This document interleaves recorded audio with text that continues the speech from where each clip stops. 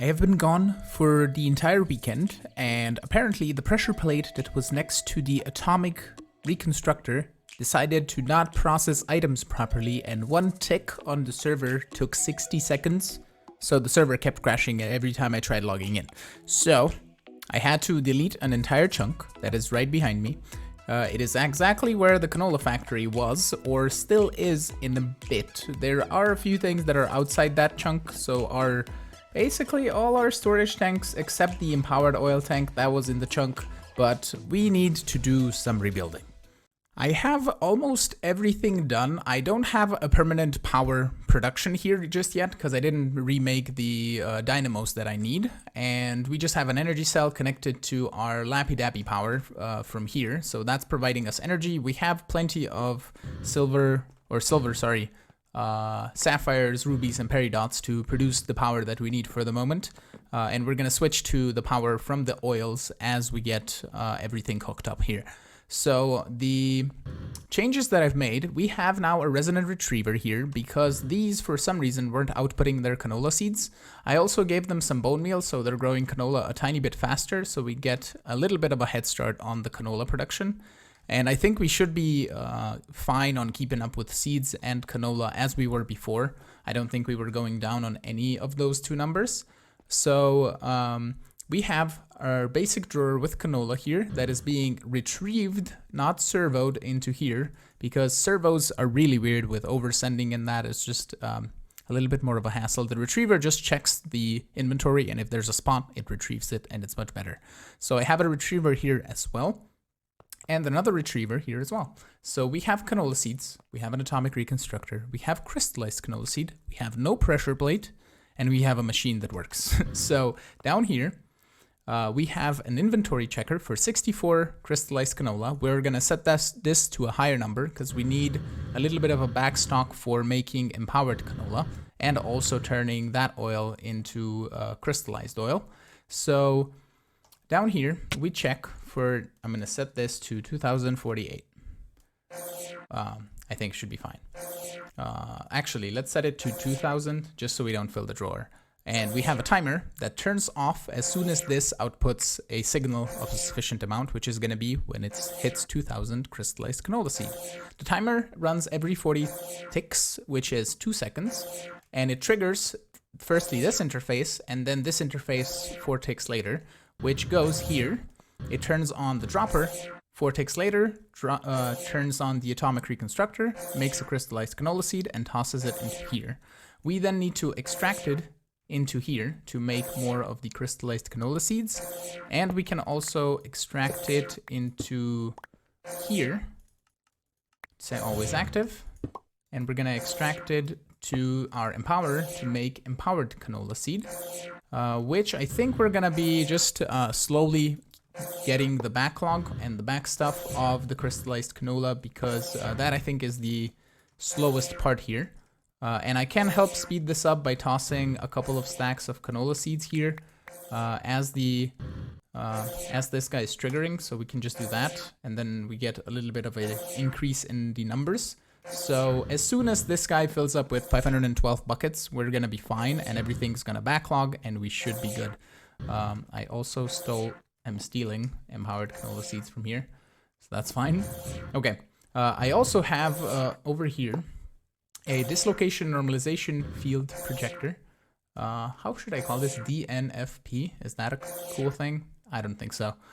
So this guy is just preventing my dislocator from picking anything up. So I don't pick up the dropped canola seed. I don't pick up this canola seed or this canola seed unless I'm really close to the setup. But that is pretty cool. So the machine is working. I need to set up the dynamos here so we can start producing power. And I also need to, do I need to wire anything up? Nope, just the generators, I think. That should be fine.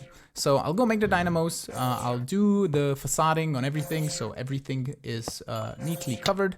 And then we're gonna check this out, and hopefully we can also work on this and fix up our power generation here so we're producing everything without not having, let's say, any beetroot or anything. We can probably change to a bioreactor and then use a combustion generator from Ender.io and use all of the seeds that we don't need from the rice, the hemp, the wheat, the beetroots, and all of that for basically just running this autonomously, which should be really cool.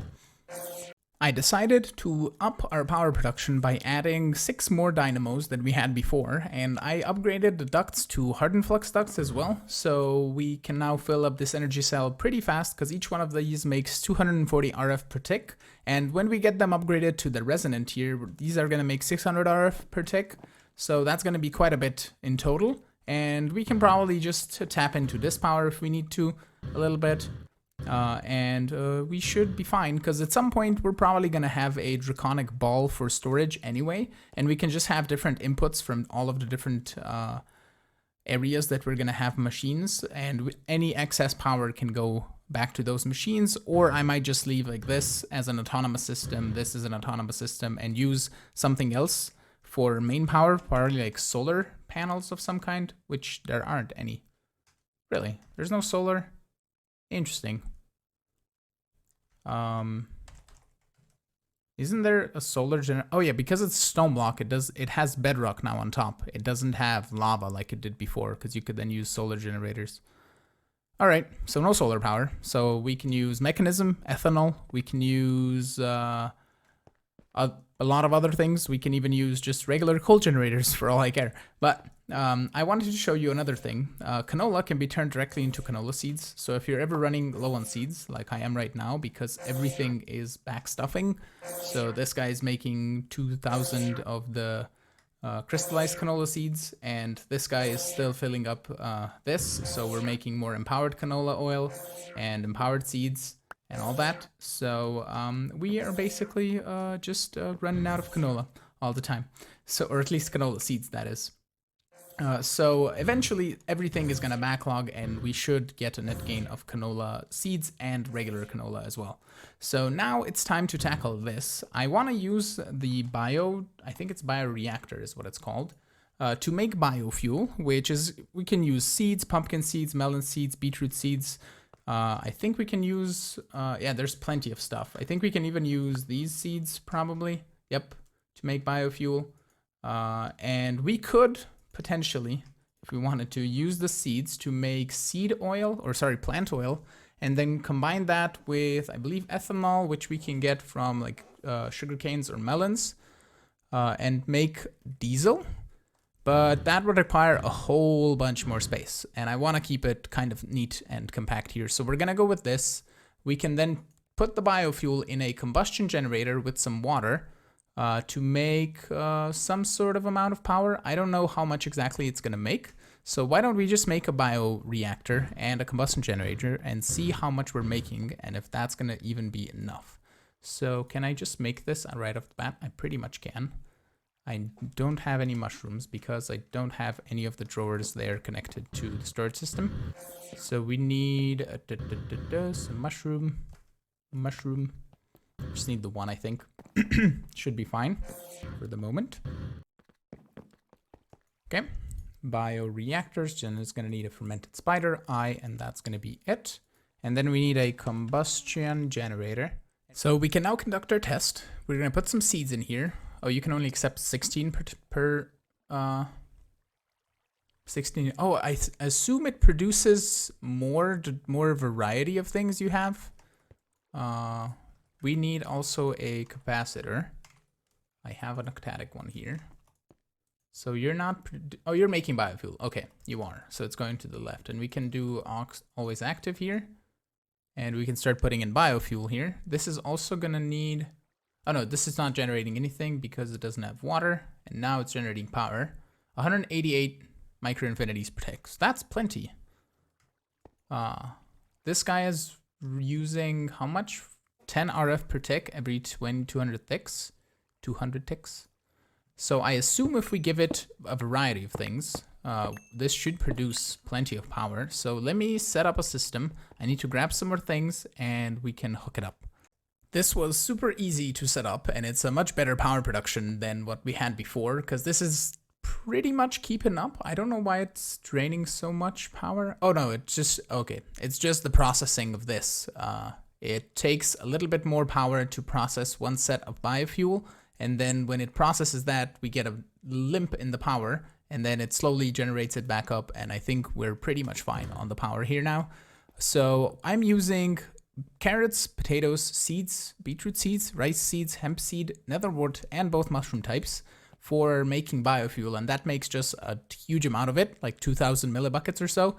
And that's pretty cool. I can't use melon blocks or pumpkins for that matter, so I'm here just extracting pretty much everything that I can with conduits directly into the bioreactor. And it's just a giant conduit line going all over the place, so that is pretty cool. And we are then extracting the liquid going from here with an ender conduit into the combustion generator, just so we can also do water in the same block, which is really nice. And that is pretty much it. So this is a self-sufficient power generation system, and it looks like it's keeping up. This guy just needs to do its whole power thing every so often.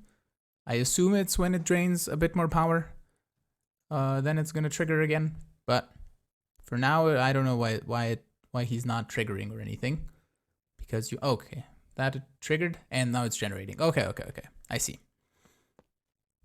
Another thing that I want to set up is some mega torches around the base. I forget what the exact range of this is, but currently the size of our base, we're probably just gonna put it right here. And that should cover most of it, I think. I think the range is either 64 in each direction or 128 in each direction. I'm not exactly sure. So that is pretty cool. One thing that we're going to run into pretty fast is network channels, because we have only our singular ME controller. We're also using our rinky-dink glass cable, so we can't even see how many channels we're using on each one of the things. So I want to probably work next on a ME controller, and that was perfect English, by the way. So the ME controller needs to be somewhere where it's visible, because I really like the way it looks, because it's like a nice little brain of the AE. And I don't know exactly where we want to set it up. I'm kind of on the fence of putting it here, but that would require moving all of these machines. And I think I'd rather have our ME system storage access over here, and possibly something on this other side connected to a ME, kind of like ME drives or something in that sense. Maybe we could steal Iskal's idea of doing a vault for ME drives, because that I think looks really cool. But I think we can put it over here as well. I have this on the edge, and this would be really huge for the room that I would want. Because I don't know how I can actually, well, actually it doesn't matter, to be honest, because I can connect anything here with a 3-byte pathway, so it doesn't really matter. Right, so let me dig out a little bit of an area and do a bit of building. Also move these drawers to a possibly better location, or less of an inconvenient location, possibly underground. That might work. I can put them in here somewhere. And then we can work on our ME controller. Again, I made the mistake of putting a flux point here instead of a flux plug. I apparently keep making this because I was dealing with our ME controller here and the power wasn't going in. I'm like, why is the power not going in? Because I had I have a dense energy cell here that filled up in my inventory, and then I put the energy acceptor on top, and then a flux point with canola power, and I was like, there's no power draining, and I'm like, Then I tried an energy cell and it was draining power into it, and I realized that I didn't put a flux plug on top of that. So that is now sorted. And I think I want to go a bit smaller on our ME controller than we did in Enigmatica 2 expert mode. And we can also put P2P tunnels on each of the faces here. And I don't think we're going to need as many P2P tunnels as I had in Enigmatica 2 expert. Plus we can add, if we wanted to, more or we can increase the size of the ME controller to a 5x5, but I think we should be fine because we're gonna need, let's say we need 3 channels right here, actually 4, yeah, 4 channels here. Then we need possibly 1 channel if I can get all of these hooked up with trims to 1 drawer controller. And over here we don't really need a single channel because everything is autonomous, unless we wanted Canola in the system, but I think it's fine. Also, how are you doing? as soon as you're getting seeds, you're doing your thing, we might need to give it a little bit of a boost.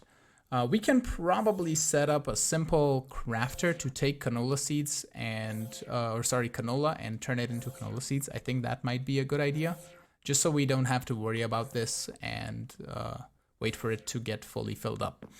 So for the ME controller, I haven't got the resources just yet to make everything from AE.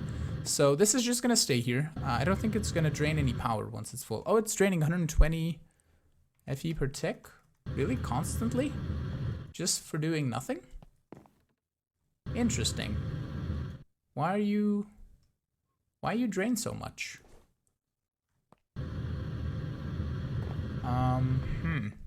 Oh no, I'm looking at the canola power drainage and I was flying, I think. Or no, it's just the output is 120 FE per tick on the canola power, right? No, if we do it on Lappy Dappy, it's going to be 120 as well. I don't know why you're so drainy. Do I have a network tool? I think I do. Network tool? Yep. You're draining energy generation 60, energy usage 60 AE. Let's do RF. Energy usage 120 RF. So, okay, it's a passive drain 120 RF per tick. Okay, that's fine. So we're making more than enough to support this constantly, I think, so we should be fine. But for the moment, I think I can just turn it off. It's going to drain the 16 million RF that is in the cell, and that should be fine. Let me also open this up a little bit, just so we have a bit more of an area to work in. And I'm going to put just a torch on top, just so we don't get any mob spawns, even though I installed the Mega Torch, and I keep forgetting that we don't need to worry about mob spawning that much, at least. So let me set up a system here for the canola seeds, so we have this autonomous, and then I'm going to tackle, possibly, if we can, something else from AE to connect our system. I might just stay on this rinky-dinky ME controller for a while until we set up some more automation for alloys and for all of the things AE. A very simple solution for this, we just have a mechanical crafter here. We're gonna set the input here to be canola and then put canola in there. We also probably just need a filter just so we don't start extracting canola seeds. So we're gonna do that. I'm gonna grab a canola. We're gonna say on the insert filter canola, and then we can just set this guy up to be up, extract always active on green, and insert on brown, and then on the down we say extract on brown always active. So we should start getting canola seeds from this. It's gonna make one every so often.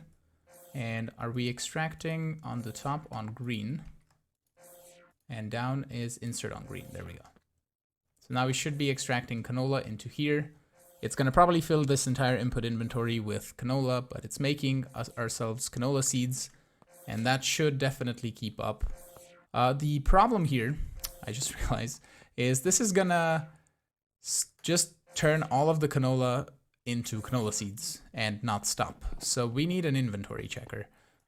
Inventory checker, which I do have. I haven't made inventory checker. There we go. And we need a phantom face. And I think that should be it, because we can just use conduits as well. So we just need to go down here. And we're going to set this up here. I'm going to say active with redstone. Or without redstone. We're going to, depends on how I want to set this up. So we're going to put a phantom face here. We need our phantom connector to connect to that drawer. And we're going to check... we need some canola seed. Can you make me some canola seed? There we go. Okay, so we're gonna check for canola seeds. I need to test this. So I need some redstone. I turned off this retriever just for the moment, just so we can set this up and have some canola in the system. So I need to check slot 1, or maybe slot 2. Yeah, slot 2. There we go. That's all I wanted to check. So we can then turn this back on. And slot 2, it needs to have canola seeds. So if we don't have canola seeds, this is gonna craft. And what we can do is we can say on redstone off, this is gonna work. And if there's a redstone signal, so if there's canola in the system, this guy is gonna turn on. So what we can do is we can say something like this.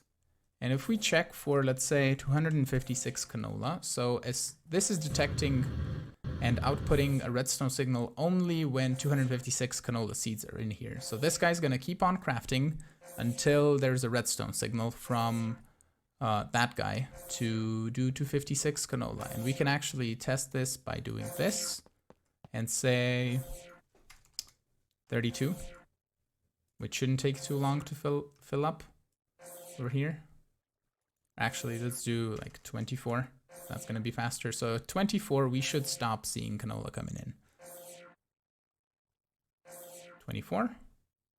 He stops crafting. We have 24 canola, and that's pretty much it. All right, so here I'm gonna set you to 256 for the moment, and that should be nice and dandy. We need just the scaffolding to cover it up. So one of these, even though these conduit facades don't actually cover up the conduit, they just give it the texture around it so you can still see everything underneath. But we're gonna just fill this entire thing in with some stone, so everything will be neatly covered. And you can only see the mechanical crafter, which is perfectly fine. All right, so that is that system complete. And we shouldn't ever run out of canola seeds, and that is pretty nice. So everything here can start backlogging over here and over here. We can start getting more empowered seeds. As soon as these crystallized are made to the 2000 amount, we're gonna see a bump up in the empowered oil, so we can actually produce 112 buckets of it. Every time I have to do a bit more building, I keep running out of basalt, so I think it's time we sort out that problem a little bit. And I have a drum full of lava of 4,000 something buckets, 4 million, sorry. And we can just use that to get ourselves some basalt. I'm gonna put a drawer here. We can just use some upgrades and not use a void upgrade here. This is set to basalt, so that is fine. We just need a conduit of the ender fluid variety, and we can toss you here.